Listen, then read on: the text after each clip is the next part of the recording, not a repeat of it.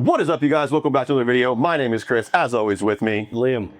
and today we are diving into the season finale of HBO's The Last of Us Season 2. Only 7 episodes this season. It was short. It was kind of a roller coaster of a season. If you haven't ever played the video games, this probably was very hard for you to get through. Liam will touch on that. So if you're just tuning in for the first time, we are a show about shows. We're just two guys who are never claimed to be experts about anything, but we really love discussing entertainment, especially fantasy and sci-fi TV shows, character arcs, character development, plot twists. We like to do a little bit of predictions and see where we go. We usually get some things right. We also get some things wrong. And if you're just tuning in for the first time, welcome. We have over 32,000 subscribers who check in with us. And so if you want to be one of those, hit subscribe. And then hit the notification bell so you never miss a single episode. We drop multiple a week, and we check out many things like Silo, Foundations, Murderbot, Dune, just to name some of the ones that we really enjoyed and that you have as well. Handmaid's Tale, which we're about to do the season finale of tomorrow. If you're into that, check out for that drop tomorrow. But without further ado, we are here today to dive into the season finale of The Last of Us. And if you have joined us on previous episodes, you know this has been rough for us. So stay tuned. We love your opinion down in the comments. Again, this is a discussion, a show about shows that we discuss, and we love to hear what you have to say as well. So let's see you in the comments, and let's get started. I really thought your spores prediction was gonna show up in this episode. I really did. But then again, I was paying attention. I'm like, oh wait, it's been pouring. Yeah, like everything could have been wiped away, but could still have some on her to get Dina. Yeah. So I am frustrated with the fact that they introduced this whole new element, which is in the games, predominantly in the games, right? But brand new to the show is the fact that they have airborne spores, right? And they showed it to us, and then they kind of magically had Ellie leave there and be back at the theater, and that's the last we heard of it. Now, I get it. Season 3 is going to be a time jump, just like in the game. We're now going to go into Abby's point of view and start moving through her 3 days and see where she's been and what she was up to. It's all about 3 days. Yeah, this all happens in 3 days in Seattle. And is that why they ended the whole thing like day 1? I'm like, yeah, the fuck just happened? Right, so they rewound you in time again. So the gunshot goes, if everything goes black, the gunshot goes off. You are under the impression that Abby shoots at Ellie, right? That's how the viewer is supposed to perceive the scene. And then they jump back in time to show you where Abby's been this whole time. And now you're going to follow Abby for 3 days. No, that sounds like a whole lot of fun. In the game, it got a lot of hate. And a lot of people really struggled to connect with Abby's character. Again, man, I really enjoyed playing through this game. Like I played it one time through. I never played it again. I played it just one time through, and I enjoyed the playthrough. To me, it was a unique spin. And well, the first one was a unique spin on a zombie game, and I was like, okay, I'll check out part 2. There are parts of it that definitely were not like great, but I'm also a Game of Thrones fan, so like I got that like sometimes having a huge character die just adds more momentum to the plot and the story. My biggest issue is that we do not have a casting that works well for Ellie. And I get it. The whole world is upset about her. They talk shit about her on everything, all the way down to the way she looks, which I'm not here to do, right? I get that's a very ignorant way to look at the world. I'm here to say that as someone who played the games and as someone who's now watched the show, I feel like Bella Ramsey does not fill the role of Ellie at all. Could it also be the fact that you are such a fan of the voice actress who did the original Ellie from the game? So yes, I am a huge fan of them. They're all critical, like they're a critical role, right? So I'm a huge D&D fan. I play it all the time. Just playing devil's advocate here. So, but here's the thing. I also have respect for people who are in the entertainment. Like being an actor is a ridiculously hard job. You have to literally become someone else. It's almost like you have to have a detached psyche and be able to take on the persona of someone else to do this well. And I don't know that in this particular case that Bella Ramsey is doing. I don't feel that Bella Ramsey is doing a good job as Ellie. That's just my own personal take on it. It has nothing to do with any of the other hate she gets on the internet. I truly just don't feel she is acting well. Okay. Real quick, bring us back. Dina, when she kind of did the whole flip thing, when she found out about what Joel did, I don't feel like they gave that enough attention. I don't feel like Dina showed up well in this episode either. I mean, in previous episodes, her acting kind of carried some things, but in this episode, I felt like maybe it's because she's supposed to be in shock and supposed to be like, you know, kind of traumatized from what had happened to her leg. But that's all new for the show too. So I'm just trying to figure out I don't know. I just felt like her character was off this episode too. I think Jesse really shined this episode, but I think they did that because they knew it would be more of an impact when ultimately he got killed. So, and I don't know. But yeah, like I have a hard time. That was unfortunate, but the moment he said, "I can't die here," you know, he's gonna die. Yeah. But yeah, well, I mean, we're not going to beat a dead horse. I think this episode was very sporadic and chaotic. And as someone who has never played the video games, I just want your opinion. Did it make sense? Were you able to follow? What was up with you? I don't understand the whole island scene. Yeah, at all. Didn't even need to be there. The fuck was that? And Isaac, I was hoping to get way more of Isaac. You will when you follow Abby, because those two stories are directly connected. Okay. So just like Joel looks after Ellie, Isaac is connected to Abby. Almost looks at her like a daughter figure. So when we go back in time, obviously we're not going to review season 3. We were not fans of season 2, or 1. If you go back and if you ever decide to watch season 3, I'm sure you're going to get much more of Isaac because he's connected to Abby. Why was Tommy pretty much irrelevant through everything? They completely wrote his character different for this. I don't know. The Tommy I knew in the game was very different from the Tommy they wrote for this season. So I agree. Again, I don't know necessarily, and I've talked about this in previous episodes, some of what I struggle with Ellie can just be the writers.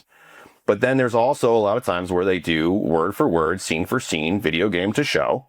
And I think that too, how close they did video game to show, probably is the reason I struggle with this so much. They should have taken, so Fallout is a great example of a video game where there were enough connections to the actual gameplay that it was nostalgic and felt good for the player, but also more of a unique world building and story that someone who's never played the games before could come in and be like, this was awesome. Yeah, it was fun. Yeah. I feel like The Last of Us completely dropped the ball in doing that. So Tommy, once I heard that, they're pinned down and all that stuff, Tommy's doing his thing, I was like, yes, fucking finally, let's go. Yeah. And no, nothing ever came of it. It was just like, we'll see you for a couple seconds. Again, because he's taking out the WLF, the wolves, a lot of that's connected to Abby's story. So Ellie has no idea what's going on with a lot of that because she is so self-absorbed in her own hatred and just single-mindedly looking for Abby. But Abby's off on these other, whole other excursions going on at the same time.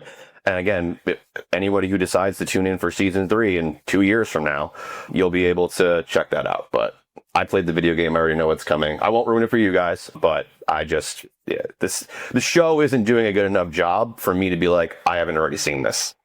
And I feel like I didn't have enough context for that whole war thing that's going on.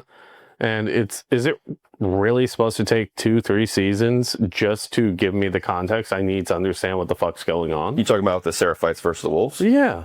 We've been getting hints of it all season at what's going on. So the wolves are falling apart. A lot of their people are, as he mentioned, just sheep. They're just following the herd. They have nothing they really believe in. So many of them are defecting and going over to the Seraphite side, or the Scars as they call them.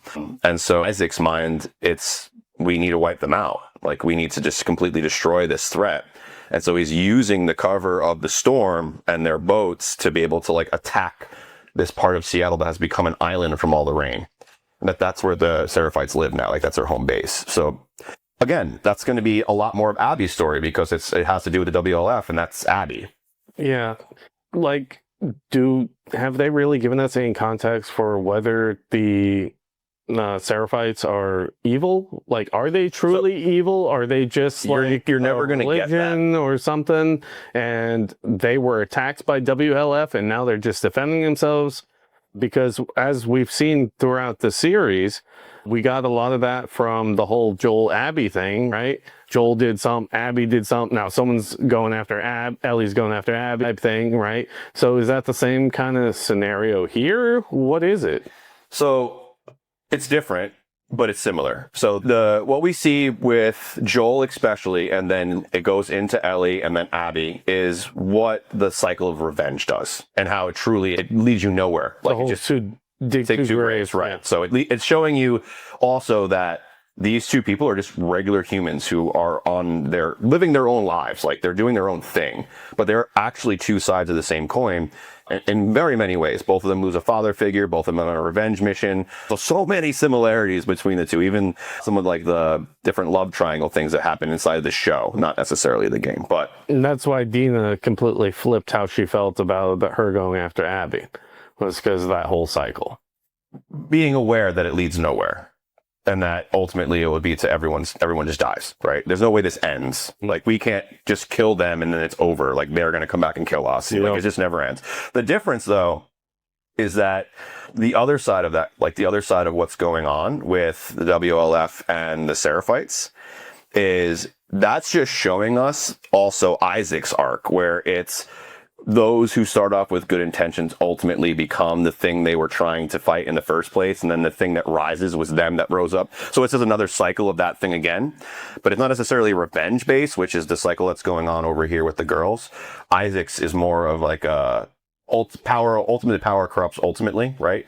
So like he rises up to fight the thing he doesn't like, and then becomes the thing he doesn't like, and now he's having to fight the thing that's fighting him, who basically represents him before, which was a lot of words. Maybe it didn't make sense but it's all a cycle. And in the world of The Last of Us, it's very clear that it's not supposed to be clear who's the bad guy.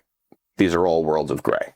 And it's just showing you that when people are given one push to the edge, or two given the liberty to act out on their impulses, can be very violent and ultimately even more destructive than maybe even this virus. And Abby had the same conversation with Jesse up top when they saw Tom or heard Tommy shooting and stuff like that. She's like, you don't know what I've been through. I've been through this and this. If you went through my experiences, you'd be doing the exact same fucking thing. So don't come at me. Yeah. I thought that interaction was really good. But the only time I thought she really shined was in the flashback, where she just looked genuinely happy. Yeah, there's been shining parts of the season for sure, and certain, parts that have stood out and have been great. The battle of Jackson was great. I thought that the special effects of how the cordyceps are taking over and like evolving in this season, the visual of that was great. Again, it's the biggest struggle is how they're adapting the game to show, and then how that's showing up in the acting, and that's the hardest part. Fuck you, never should have killed Joel. They did it in the game, so they were going to do it in everyone who's died in the show who's been in the games has been killed in the game as well. Okay. With the exception of Eugene, because that never happens. Like, you just learn about him already being dead in some memorabilia that you find. All right.